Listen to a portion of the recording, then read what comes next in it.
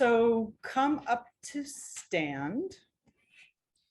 If you are listening in the future on YouTube, this is the third in a little series about low back care. So this lesson is focusing on how to balance and effectively use your quote unquote core. But as all Feldenkrais awareness through movement lessons, that's just kind of the veneer. What we're really doing here is creating a container that we can learn how to improve our ability to sense ourselves, to improve our self-knowing, our self-awareness. And I will help you understand the nuances of that as we get going. So to start with, just observe yourself standing. And notice what do you notice? Is your experience pretty external right now? And how much is it internal?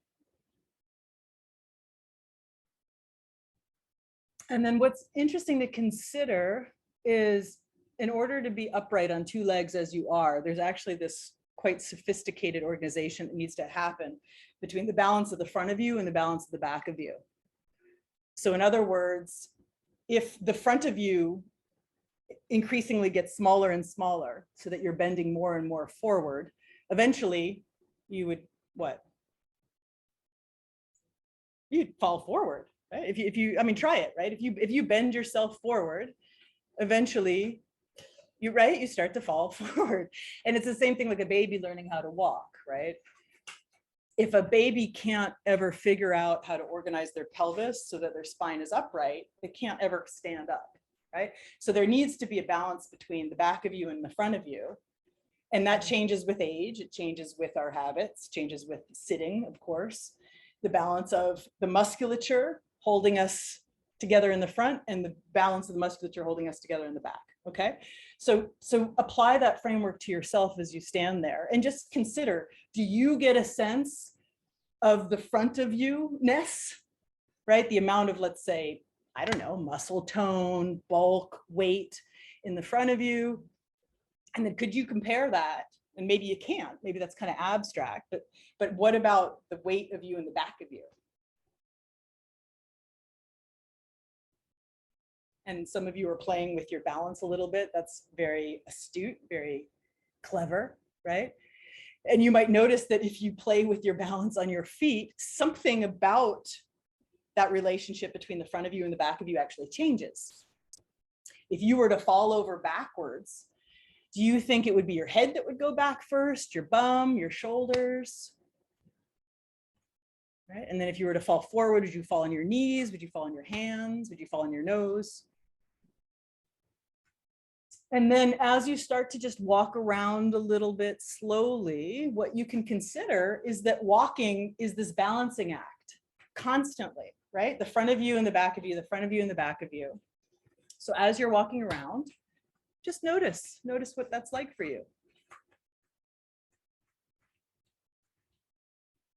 And then don't worry about collecting a bunch of details or figuring this all out or making sense of any of this. It's just beginning to attune your attention in this particular way, okay?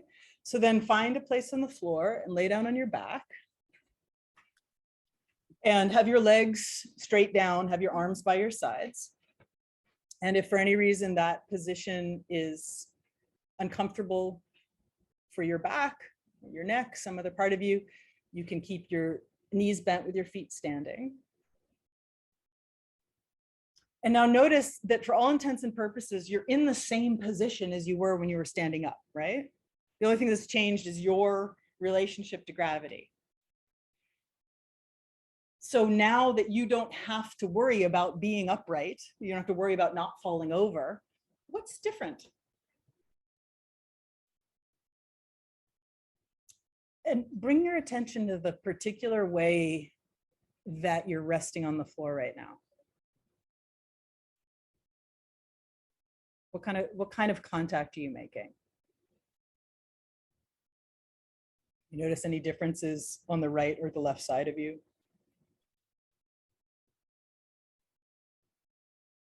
You notice how some parts of you are resting pretty firmly on the floor and then other parts of you are on the floor, but not so firmly And then other parts of you still are not touching the floor at all. So in Feldenkrais, we'd call this your sensory self-image. And what we work to do as a practice is to refine that sensory self-image. Where that's beneficial in terms of pain is that most often, if you have a pain situation, it has to do with a kind of chronic contraction in your musculature. And that could be because of an injury. And it could be because of a compensation that you have. Could be because of some consequence in your life that makes you arrange your musculature in a certain way to help you feel safe. Maybe it's something else. But the idea is that the more you know yourself, the more you can sense these little nuances, these little differences, the better equipped you are to make adjustments so that you feel a little bit more comfortable.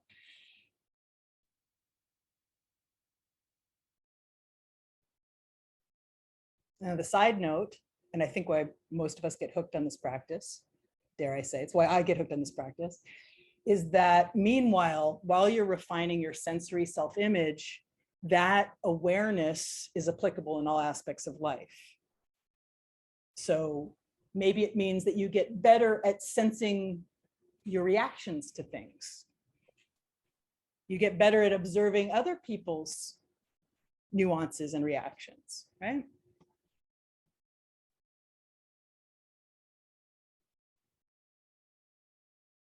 So I'm setting all this up as a framework before we do movements that a lot of you are going to associate with some sort of exercise program. I'll keep reminding you and bringing you back to the intention that we're doing here, but you also have to observe yourself as best as you can and see if you can keep being open to doing what I'm suggesting in the instruction. Do the instruction quieter, smaller, slower. Notice if you are starting to get kind of ambitious. I was listening to Moshe Feldenkrais giving this lesson, and he kept emphasizing that anybody that was trying to achieve something in the lesson was an expression of their insecurity. His idea was that it's only when you are uncertain that you feel the need to overcompensate. Right? And that's nothing to be ashamed of or embarrassed about, right? We're all like that. It's something to observe. Okay? So now bring your attention back to the feeling of yourself on the floor and notice your breathing.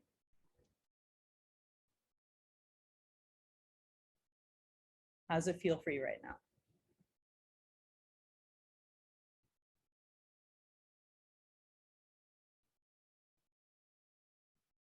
Does anything change for you when you pay attention like that?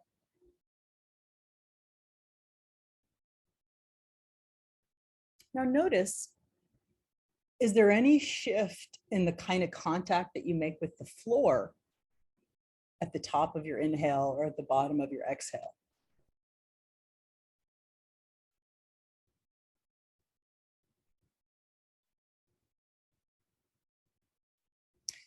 And then bring your attention to the back of your hips.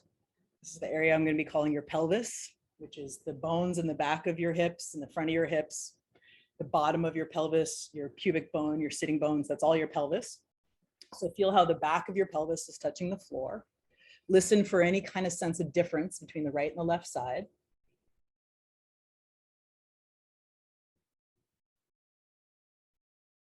And listen for any kind of difference between the top and the bottom of your pelvis.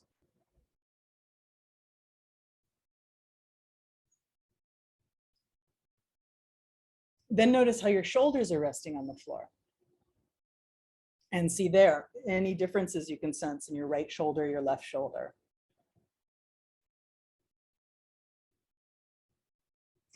Do you have a sense of the top and the bottom of your shoulders?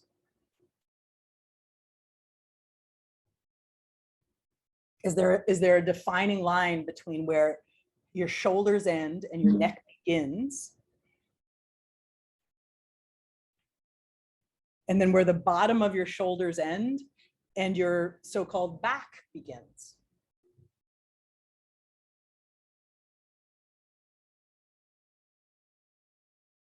I like to joke that we know more about our phones than we know about our own bodies. It's not a joke, but it's interesting. And what you might find by the end of this lesson, when you're laying on the floor again, is that there will be some kind of change, even if you're not quite sure what it is, some kind of change in your perception of yourself. Okay, and that's the process that we're going through. So now notice your two legs and see if there's any differences that stand out in your attention there.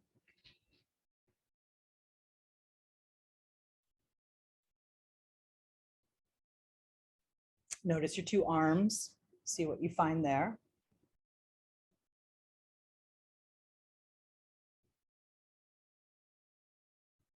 And then notice your head.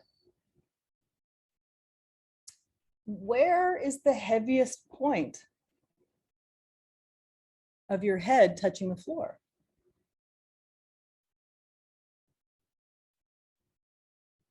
Do you know what's right in front of that point of the back of your head? Is it your chin? Is it your nose, your forehead?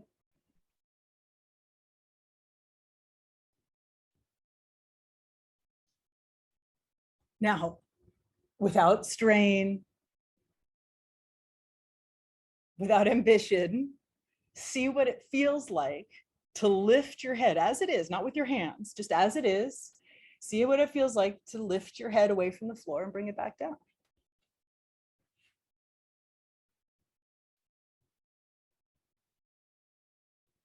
You can do the movement a few times. You might start to notice that, you know, there's a variation in your degree of effort. And try not to change anything about it. Try to just observe the way that you are, right? I think for a lot of us, this is kind of the most uncomfortable part. we immediately want to like fix something or change something, improve something. Okay, so what about just like, this is how it is right now?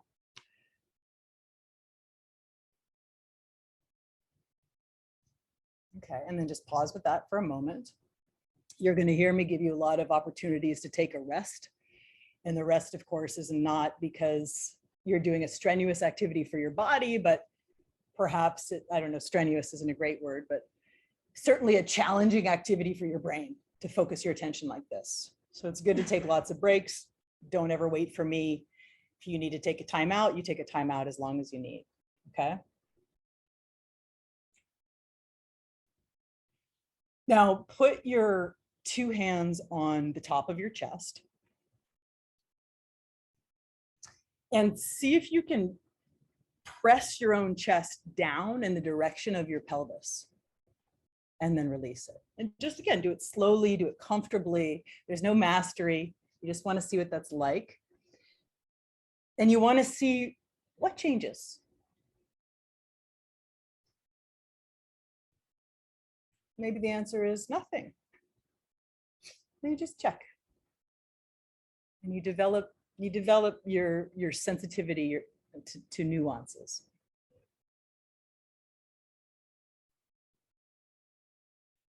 Now keep your hands on your chest. Don't press your chest down. Just keep your hands resting there. And just a few times, lift your head and bring it back down.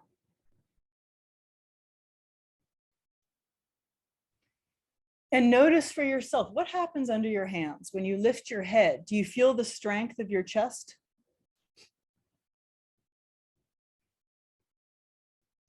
And I want you to exaggerate, which is what's kind of traditional in the idea of lifting heavy things, which is to just slightly lift your chest into your hands when you lift your head.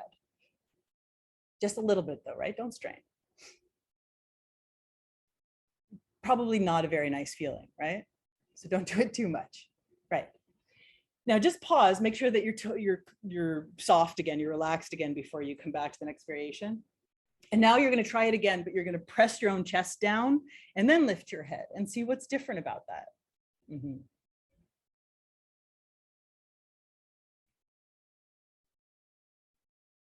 What do you feel going down yourself?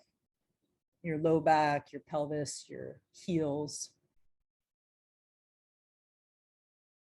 And what do you notice going up yourself? Your teeth, your jaw.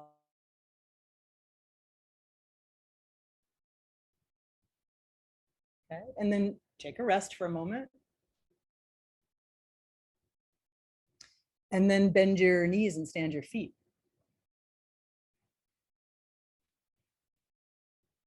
Actually, no, before that, bring your legs back down again. Let's try one more thing. So let's do this comparison. Interlace your fingers behind your head, but keep your legs long. Okay, so the first time you just lifted your head on its own, right? Then you lifted your head while pressing your chest down. Now lift your head with your hands.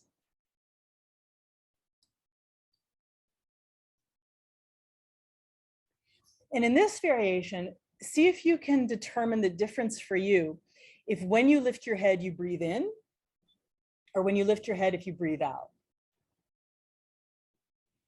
Try not to change the amount of effort, try to just change your breathing.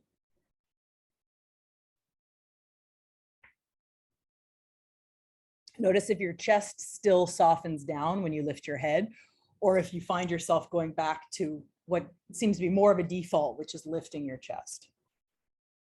And if you can, with your awareness, soften your chest without using your hands. And also point your two elbows toward the ceiling. So you start to take the work out of the sides of your neck and the top of your shoulders. And you start using the power in your hands and in your arms to lift your head. Now listen, this is what I want you to start to pay attention to, is when your head is lifting, which part of your back starts to go down into the floor? So obviously this is much easier to lift your head than the first variation when it's not using your hands, right? So there's a question about how you do something influences what you do, right? What you do is not significant, it's how you do something. So even the daily things that we do, if we are open to considering how we're doing it, there's a potential to start to find other possibilities, okay? So now bend your knees and stand your feet. And then have your hands behind your head and have your elbows forward. Have your elbows right looking toward the ceiling. So your forearms are pretty close to your face. And it's different, right? The way that how you're doing it changes, right? And don't believe me on that. Have your elbows out to the side and lift your head, and then have your elbows forward and lift your head, and see if you can tell. How is it different? And then just stay with the variation of your elbows being forward and give yourself time to slow down.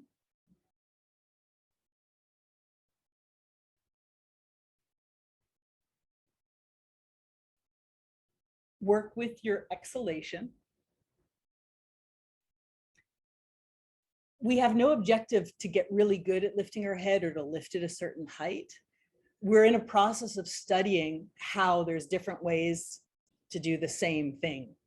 Some ways are going to serve us better than others, but I promise you, if you do something habitually, you will always do it that way. Because we all have a desire for things to be different, but it's really hard for us to actually change what we're doing.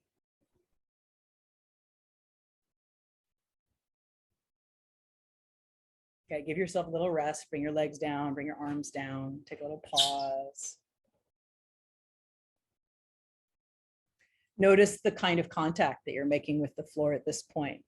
See if there's any little subtle shifts.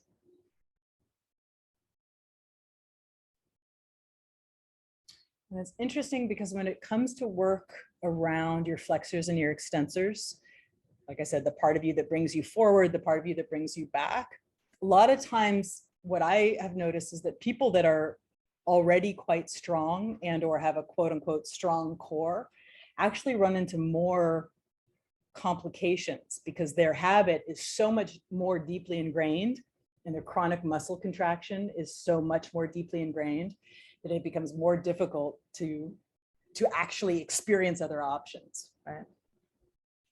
So if that's you and you already know that you're pretty strong, keep turning that dial a little bit and see if you can really do less, okay? So now again, bend your knees, stand your feet, interlace your fingers behind your head again. And this time when you lift your head, also bring your knees toward your elbows. Keep your elbows forward. And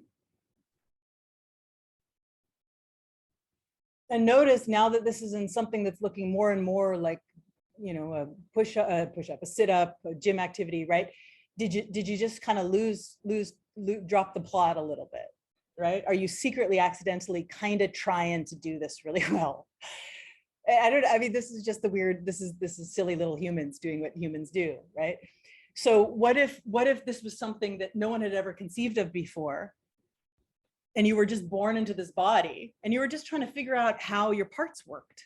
So you weren't trying to bring anything together or tighten anything. You're just curious, how does my back feel moving into the floor?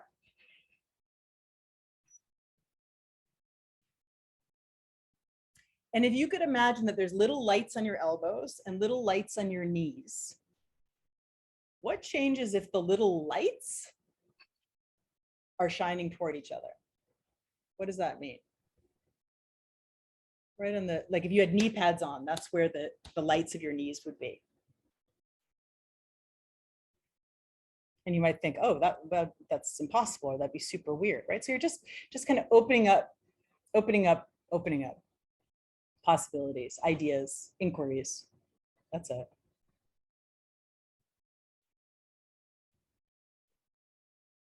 So now in terms of lifting your head, wouldn't you say this is probably the easiest variation?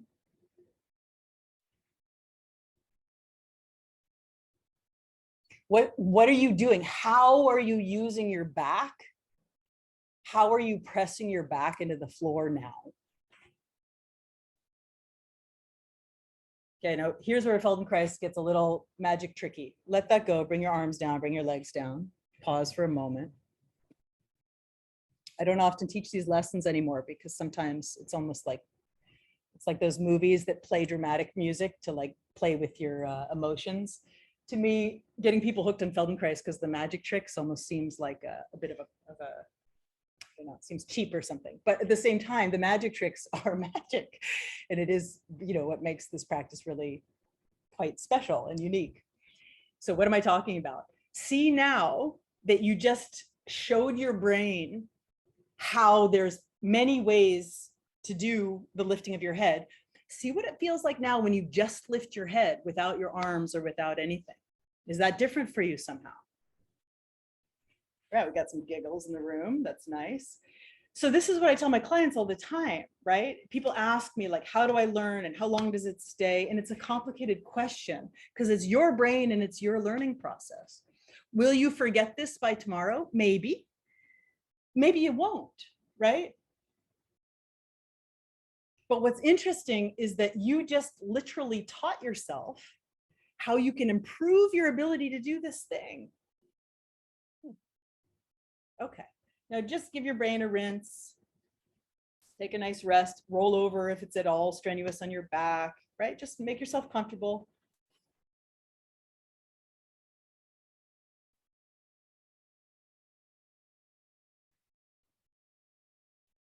And then come back onto your back and bend your knees and stand your feet.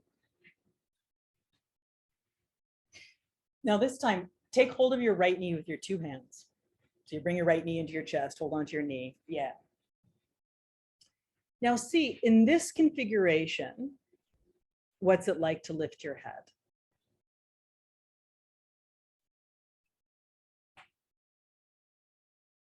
Think about the pieces that we've been exploring, right? How do you use your chest?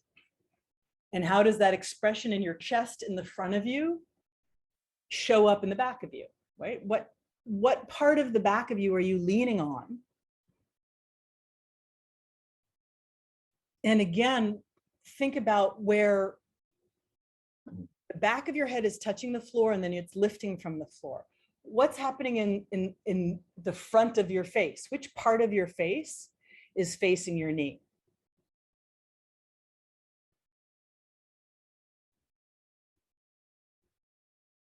So try it so that your chin is moving toward your knee.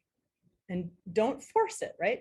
Again, this is something, yeah, that Feldenkrais was kind of ranting about in his lesson, that if something feels effortful, our tendency is to put in more effort.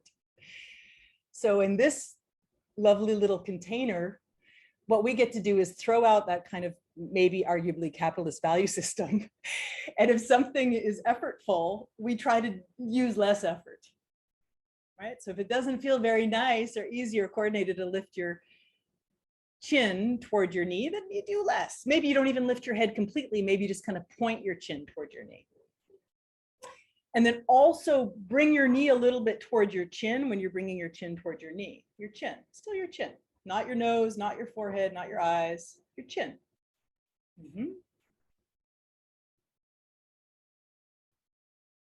All right, now just pause for a second, but keep your 2 feet standing. Just give yourself a little break. Yeah, that's not, you can already look for if you're starting to kind of tighten somewhere, clenching your teeth, clamping down your breathing, tightening your neck, your tongue.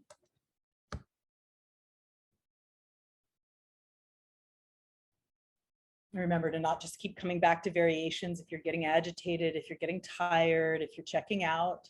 It's a lot to focus your mind in this way. You're literally learning how to use your brain in a new way. So be patient and kind with yourself here. Take hold of your right knee again with both your hands. And this time, bring your forehead toward your knee and your knee toward your forehead. And see what's different about that. Ooh, some of you are getting right to the head of the class and you're already experimenting with the difference between the forehead and the chin. Now, are you doing that because you want to get to the end of the story? You want to get it over with? Are you anticipating where we're going? That's another thing we like to do. Ugh, I don't want to just stay here in this moment. This moment is boring. Where are we going?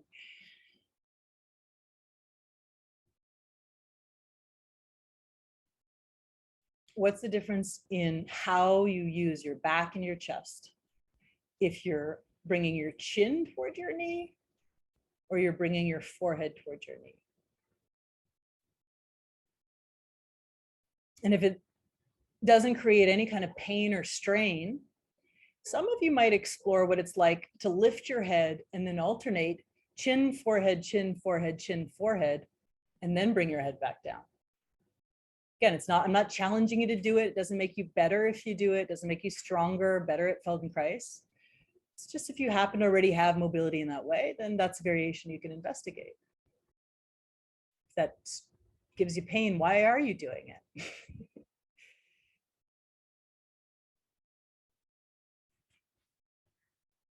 All right, let it go. Bring your legs down, bring your arms down. And now notice with a little bit more of a refined lens, is anything changing in the right and the left side of you?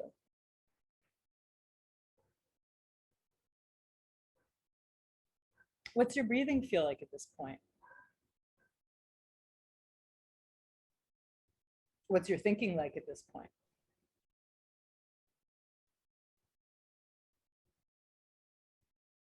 Bend your knees and stand your feet.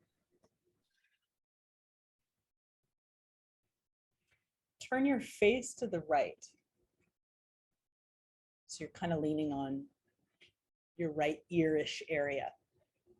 And then take your left hand and hold that right side of your head. So your left elbow will be looking more or less at the ceiling. And your face is still facing to the right within reason, without strain in your neck. Now with your free hand, your right hand, hold on to your right knee again. Okay, so your face is facing the right. You're holding on to the back of your head with your face facing the right. And with your right hand, you're holding on to your knee.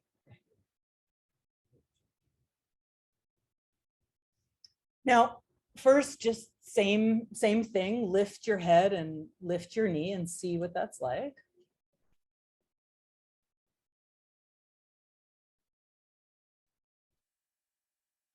And again, notice what part of you looks at your knee.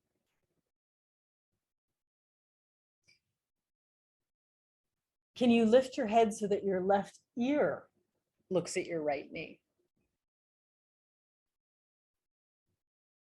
Not with ambition, not because that's the goal, but because I'm encouraging you to find out, how is it different?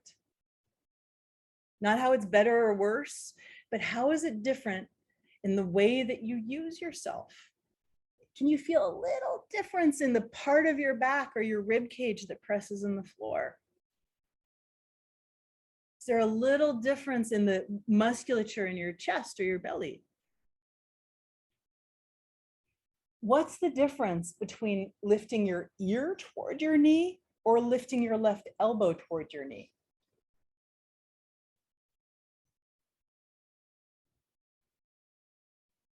Take a little pause, keep your feet standing for now.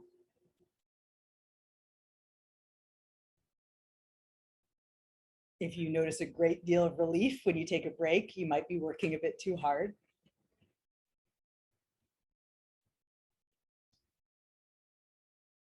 It's so weird, right? These funny human tricks, the way that we need to do the thing.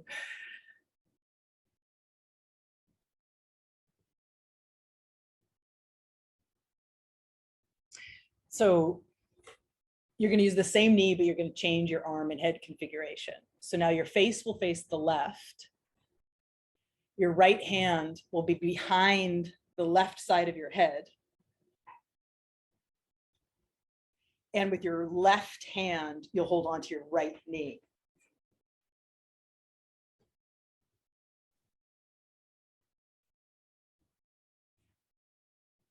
Listen for a nice, fulfilling, clear exhale. Relax your throat, your teeth as much as you can, soften your chest. And change how you're looking at what you're doing. So that even though my instruction is about lifting your head and lifting your knee, what you're curious about is your feeling in your back, feeling in your chest, feeling better. Can you feel better? What does it take to feel better when you do this?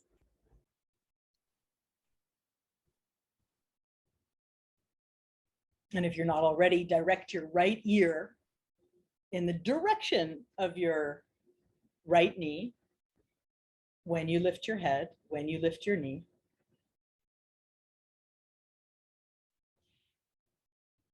Now, if you thought of the two lights again, like a light that's coming out of your ear and a light that's on your kneecap, is it possible that those lights look at each other? What would have to change?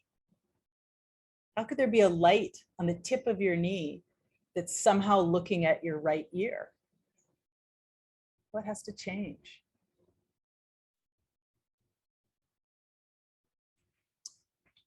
What has to change so that your right elbow looks at your right knee?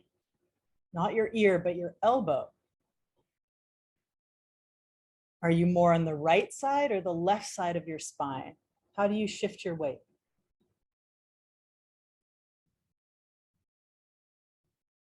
What's going on with your chest?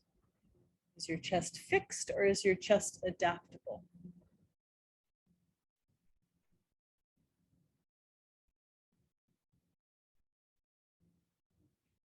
All right, leave it, take a nice rest.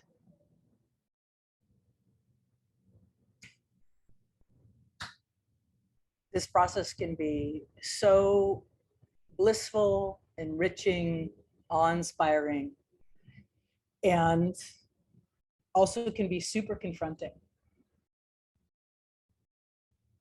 So you got to take care of yourself. You got to just observe what's up with you.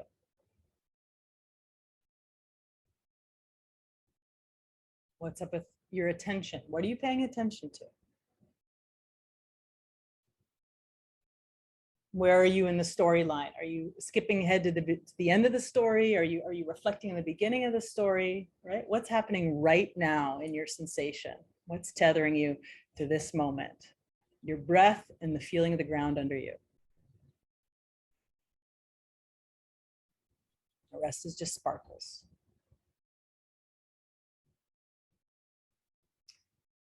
So is there anything that's changing in the feeling of yourself resting on the floor? Any little nuances there that you can notice?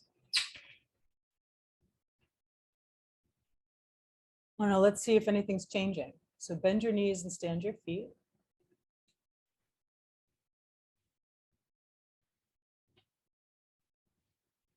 And hold on to your right knee with both of your hands again. And see at this point, what's it like to lift your head toward your knee and your knee toward your head? Now compare that, switch knees.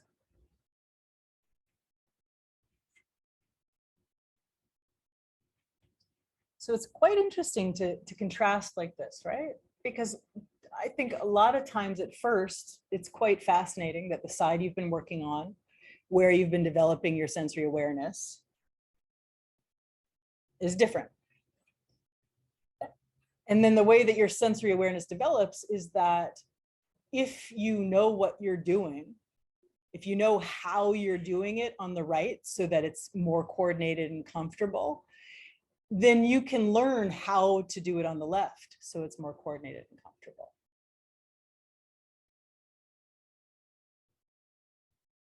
Let it all go. Bring your legs down, bring your arms down.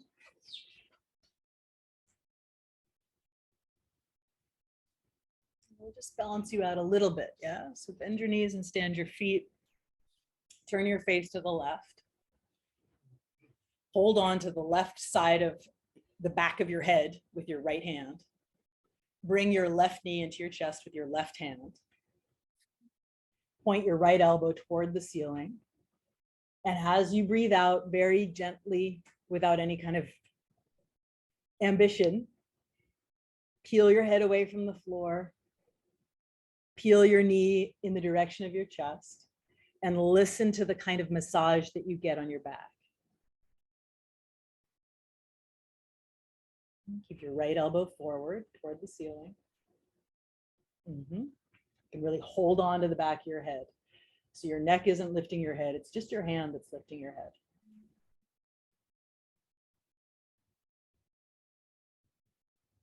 Bring your left foot down.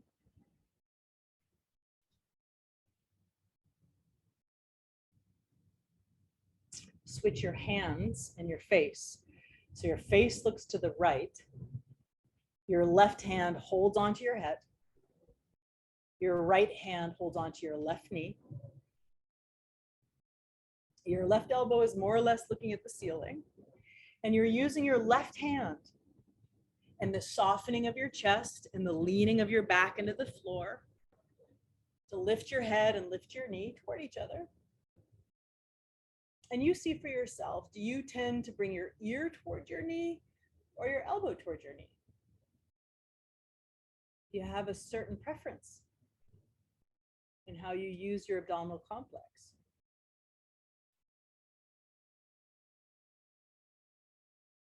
Try this. Keep hold of your knee, bring your head down. Your head is resting on the floor. Your hand is still behind your head. You're holding onto your knee. Can you imagine lifting your head and intentionally soften your chest? So you don't actually lift your head, but let your air come out. And can your chest soften down toward the floor, down toward your hips, so that you can imagine the feeling of lifting your head?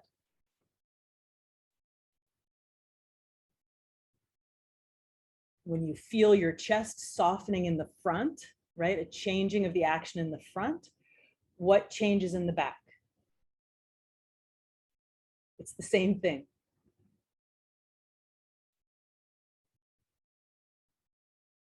And then you can keep going in your imagination if you want to try again a few times. The thing that doesn't serve you is repeating the same thing over and over again the same way. I promise you. That's not a learning process, right? That's awesome if you want to do some kind of fitness program, but that's not what we're doing.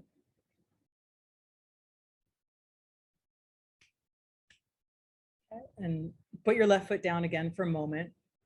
Give your arms a break for a moment.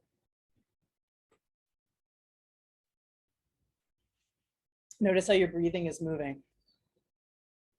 Anything different at this point?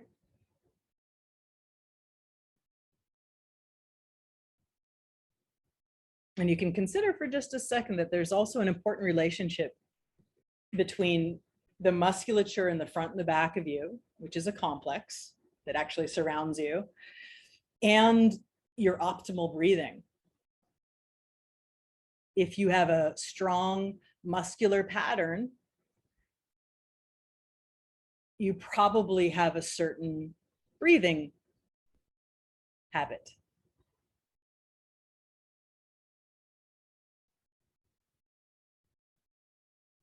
So now finally interlace your fingers behind your head again. And have your elbows forward. Now we're gonna thread the thread through the loop. So we're going back to where we started, and a few times, very gently use your hands to lift your head.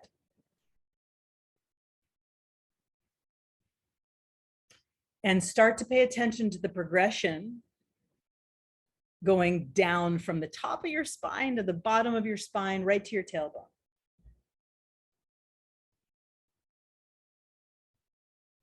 And notice that if I were to say to you, when you lift your head, also lift your tailbone, try that. And of course, that's going to drastically change what it feels like to lift your head, right? Am I making a suggestion about the right way to lift your head? Absolutely not. What we're curious about is how are we doing something? Can we become more aware of all the weird shit that we constantly do? And how some of that weird shit is actually creating some kind of obstacle in our life and our feeling of freedom, our feeling of ease, and where we can improve ourselves. So now leave your pelvis neutral. And when you lift your head, point your two elbows forward and lift both your knees. And start to play with this idea of the lights on your elbows and the lights of your kneecaps looking at each other. What does that mean for your back? Maybe you can even just imagine it if that seems like that is so bizarre. I couldn't possibly get to that sort of situation. Imagine it. Imagine what that would feel like if your kneecaps could look at your elbow tips. How would you have to use your back and your chest in relationship? How would you be using your tailbone, the top and the bottom of your pelvis, the top and the bottom of your shoulders?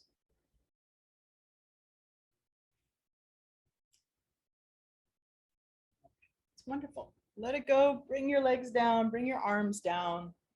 Feel your contact with the floor. And what do you notice? What's there for you right now?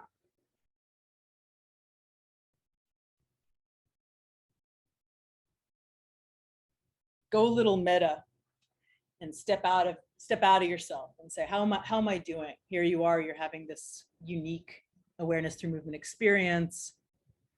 How's it going for you? Is anything changing for you?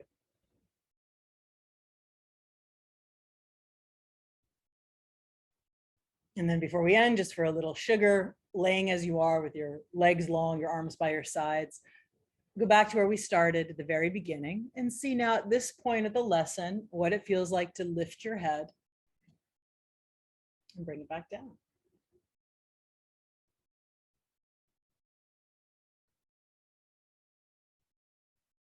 And then let it all go.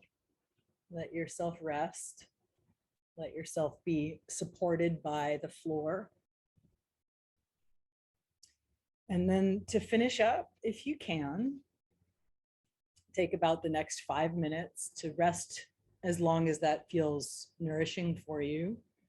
And at the point that you feel ready to transition to sitting up and to standing and walking, see if you can also take a couple moments to observe yourself and to listen for if there's any changes and what it feels like to be upright and what it feels like to be moving around the room.